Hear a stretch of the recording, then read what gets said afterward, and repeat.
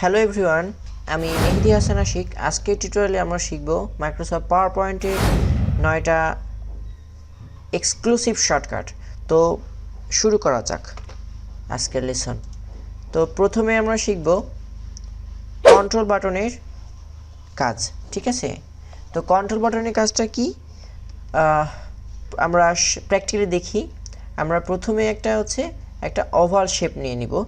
আমরা যদি একটা স্লাইডের মানে একটা সেন্টার পয়েন্ট থেকে যদি অবজেক্টটাকে ক্রিয়েট করতে চাই, তাহলে কি কন্ট্রোল বাটন ক্লিক করে আমরা ড্র্যাগ করব, তাহলে কি একটা মাঝখান থেকে একটা শেপ আসবে। তো এই জন্য আমরা কি কন্ট্রোল বাটন ইউজ করি। কিন্তু আরও একটা কারণ আছে, মানে কোনো একটা অবজেক্টকে সিলেক্ট করে আমরা যদি কিবোর্ড থেকে কন্ট্রোল বাটন প্রেস করি, তাহলে কি একটা প্লাস আইকন আসে।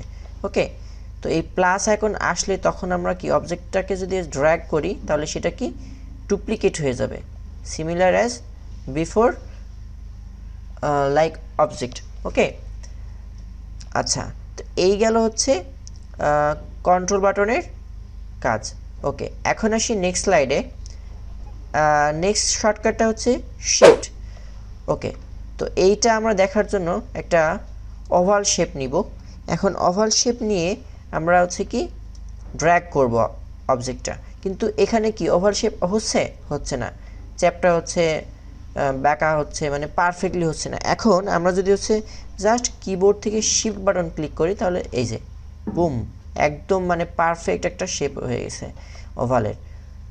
শিফট বাদে কিন্তু চ্যাপটা টাইপের, কিন্তু শিফট যদি প্রেস করি তাহলে কি একদম পারফেক্ট একটা ওভাল শেপ। ওকে, আচ্ছা, এখন আমরা আরেকটা দেখি, একটা রেক্ট্যাঙ্গেল নিই। এখন আমরা উইদাউট শিফট যদি আমরা মানে অবজেক্টটাকে ক্রিয়েট করি, তাহলে কেমন হয়, মানে ইচ্ছা মতো, মানে এটা রেক্ট্যাঙ্গেল স্কোয়ারও হয়। কিন্তু আমরা যদি একদম পারফেক্ট স্কোয়ার নিতে চাই, তাহলে কি শিফট প্রেস করব, তাহলে কি একদম পারফেক্ট স্কোয়ার হবে। ওকে, তো এই হলো শিফট শর্টকাটের প্র্যাকটিক্যাল একটা ভিউ। ওকে, এখন আসি next shortcut. Next shortcut control এবং শিফট, এই দুইটার কম্বিনেশন।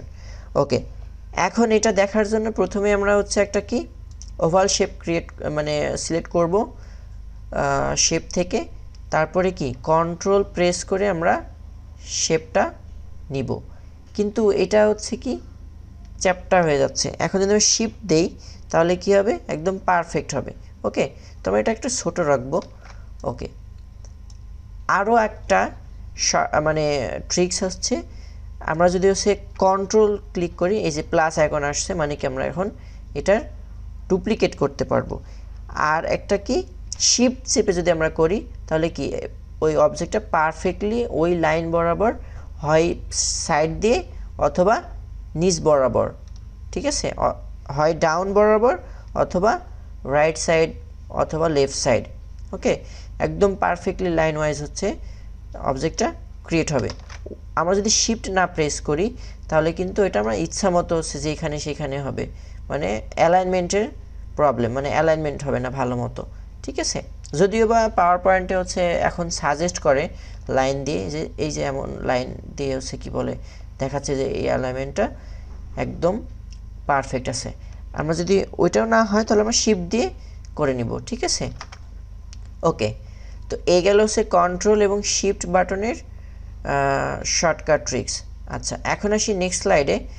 এখন আরেকটা শর্টকাট অল্টার এবং লেফট বাটন এবং রাইট বাটন। তো এইটা দেখার জন্য আমরা একটা রেক্ট্যাঙ্গেল অবজেক্ট নিব, নিয়ে এটাকে আমরা যদি রোটেট করতে চাই, তাহলে আমরা এইটা দিয়েও কিন্তু রোটেট করতে পারবো, ঠিক আছে। কিন্তু পারফেক্টলি রোটেট করার জন্য আমরা এই শর্টকাটটা ইউজ করব, ঠিক আছে। তো অল্টার ক্লিক করে আমরা কিবোর্ড থেকে যে রাইট বাটনটা আছে, এটা যদি আমরা প্রেস করি, তাহলে কি এই রেক্ট্যাঙ্গেলটা 15 ডিগ্রি করে মুভ হবে ক্লকওয়াইজ। আর যদি আমরা লেফট অ্যারোটা প্রেস করি, তাহলে কি এটা অ্যান্টি ক্লকওয়াইজ 15 ডিগ্রি করে মুভ হবে, ঠিক আছে। তো এটা দিয়ে স্পিন টাইপের হয়ে যাবে, কত সুন্দর না। ওকে, তো এই হলো অল্টার এবং লেফট অ্যারো এবং রাইট অ্যারো এর শর্টকাট ট্রিক্স। ওকে, আচ্ছা এখন আসি আমরা ট্যাব, কিবোর্ডে যে ট্যাব বাটনটা আছে এটা দিয়ে আমরা কি করতে পারি, একটা স্পেসিফিক অবজেক্টকে সিলেক্ট করতে পারবো। কিভাবে, এই যে এখানে কিন্তু আমরা গ্রুপ করে রাখছি, ঠিক আছে, এই পুরোটা কিন্তু গ্রুপ। এখন যদি ট্যাব প্রেস করি, এই যে এটা এখন কিন্তু এটা সিলেক্ট করছে। ওকে, তারপরে এই যে এটা, তারপরে এই যে এটা শর্টকাটের এটা, তারপরে এই যে শর্টকাট, তারপরে হচ্ছে ট্যাব, ঠিক আছে। এই ট্যাব বাটন ক্লিক করলে একটা ইন্ডিভিজুয়ালি অবজেক্টকে সে সিলেক্ট করে দিবে, যাতে হচ্ছে কি গ্রুপ করা থাকলে যেন আমরা হচ্ছে কী বলে মানে পারফেক্টলি সেটাকে মুভ করতে পারি বা ক্যাচ করতে পারি। ওকে, তো এই হলো শর্টকাট, ট্যাব বাটনের শর্টকাট। ওকে, এখন একটা শর্টকাট আছে, সেটা হচ্ছে কি Ctrl+Z। এই জেডটা দিয়ে আমরা কি করি, মানে Ctrl+Z দিয়ে হচ্ছে কি আমরা যদি আমরা কোনো একটা কাজ করি, দেখা যাচ্ছে যে আমরা একটা রেক্ট্যাঙ্গেল নিলাম, তারপরে হচ্ছে এটাকে ডুপ্লিকেট করলাম, করার পরে আমরা ভাবলাম যে হচ্ছে আমার একটা লাগবে আর একটা লাগবে না, ঠিক আছে, আমরা ডিলিট করে দিতে পারি অথবা Ctrl+Z দিতে পারি। Ctrl+Z দিলে কি সেটা মানে এক ধাপ আগেরটাই ব্যাক করবে, ঠিক আছে। আমরা Ctrl+Z দিয়েও মানে কিবোর্ড থেকে Ctrl+Z দিয়েও সেটা করতে পারি। আর এটার নাম হচ্ছে রিডো, সরি এটার নাম হচ্ছে আনডো, মানে কি এক ধাপ আগের অবস্থা, আর রিডো হচ্ছে কি এক ধাপ পরের। ওকে, আচ্ছা এটা আমরা